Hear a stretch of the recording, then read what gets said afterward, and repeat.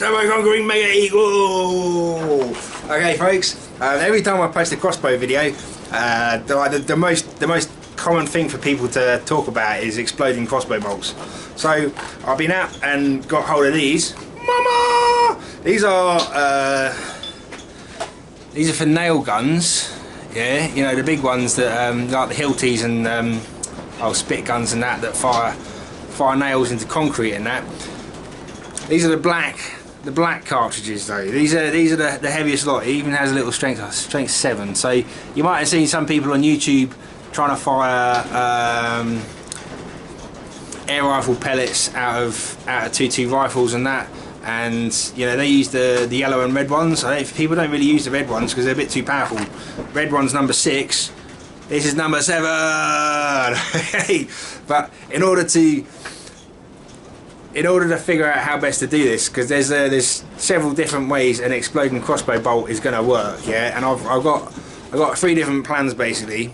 I want one of them just to dump all the gas into the target. So let's say we shoot a watermelon, the end of the round is going to be reasonably exposed with nothing in front of it, so it'll go into the watermelon, detonate, and hopefully pop the melon apart. I also want one to drive a tungsten carbide nail, let's say, into a plate of steel. So you know, hopefully I can replicate what happens inside the nail gun, and punch a hole in a big lump of steel. Something that we've not really achieved with any of my crossbows yet, and it'd be awesome if I could do that with a little pistol crossbow. You know, that'd be hilarious, wouldn't it? I forgot what the third one is.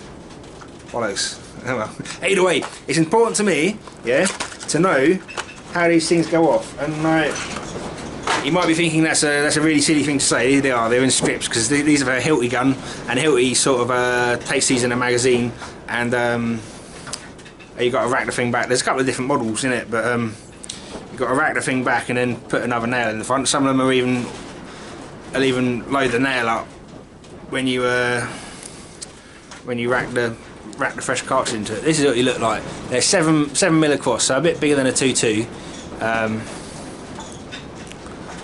Quite stumpy. It's hard to believe there's any real power there, but you know, like the red ones will put you know, put a bolt into an I-beam, like, you know, a 3/8 I-beam or whatever, in it. So these are more powerful. There is a lot of power contained within.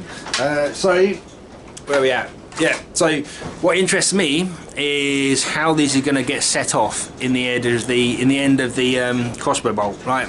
They're obviously rimfire cartridges, or just like a rimfire 2.2. I want to know several things. Can I set the cartridge off if I impact it on the front side of that rim? Yeah. Can I set it off in the centre? Is the danger that I puncture the back of the cartridge, and just how much pressure it takes to set one of these off. So we're going to go a bit sciencey and set a load of these off in different ways all the time, trying to record the results in a way that makes it easier for us to make exploding crossbow bolts. Alright? Okay, great.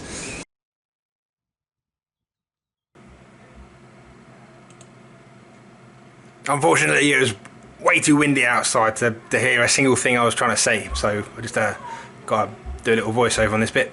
Basically, I've got a lump of steel strapped down to the top of this gas bottle, and it's got a 6.8mm hole in it. I've got here the firing pin that I'm going to use. Right, I don't know what I'm pointing at there. That's the hole anyway, and the little pin beside it. I've just got an angled face on that pin. I'll try and show you a close up in a second. And the cartridge just sits in the steel like that. First up, I'm just going to hit the cartridge with the flat face of a hammer. Here's the close up of the pin. Come on, focus a little bit better.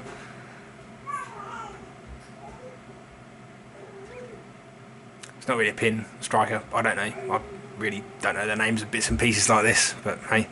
And I'm going to try it resting on the edge in the centre and just with the hammer itself, which I know is going to work because I've done it before anyway.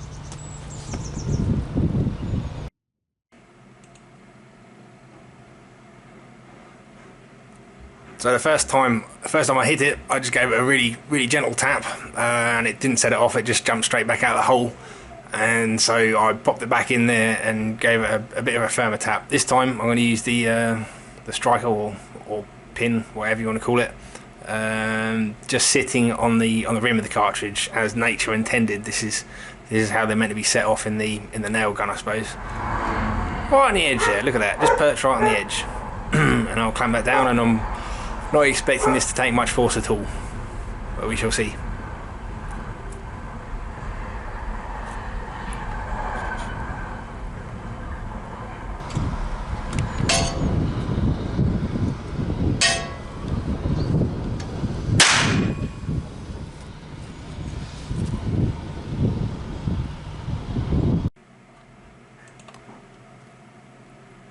I was surprised how much force it did take to set that last one off with the pin set right on the edge.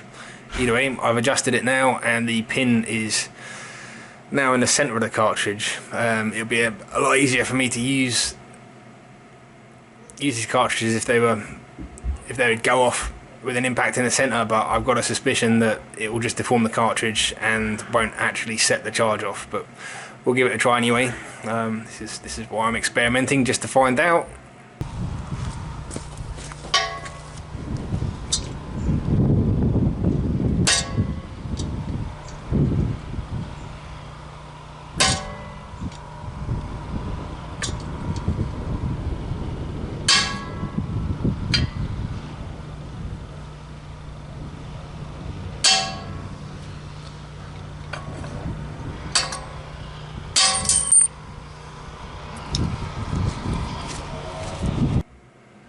So it's become quite clear from just tinkering around like this that there's no way an impact in the centre is going to set it off. The whole cartridge just deforms, as you can see here.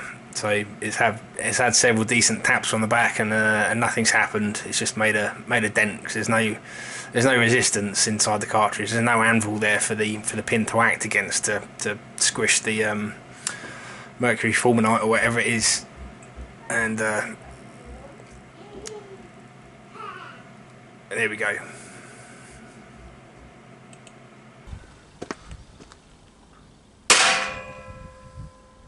Okay, right, it might have looked like I was just dicking around there, but that was a very necessary experiment.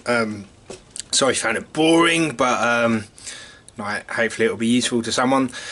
Basically what I've ascertained is, you know, for the purposes of making exploding shotgun bolts, it would have been very much easiest if I'd just used something hitting the centre of the back. Like, it's easy to make a pointy coney thing, isn't it? But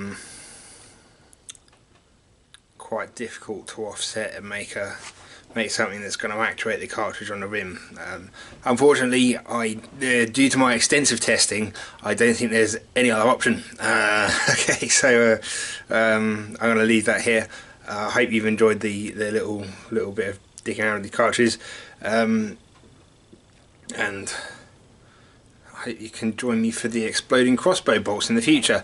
I have, since buying these, I'm a little bit annoyed because I found someone online selling like shotgun blanks and stuff, which would have been much more impressive. So, and they're centre fire, so it would have been probably a lot easier for me to have set off. But given that my experiences with live firearms are very limited, it's probably best for me to start off with these little things and then work up to something a bit bigger. Alright, okay, take care folks, and I'll see you all soon. Cheerio, bye bye.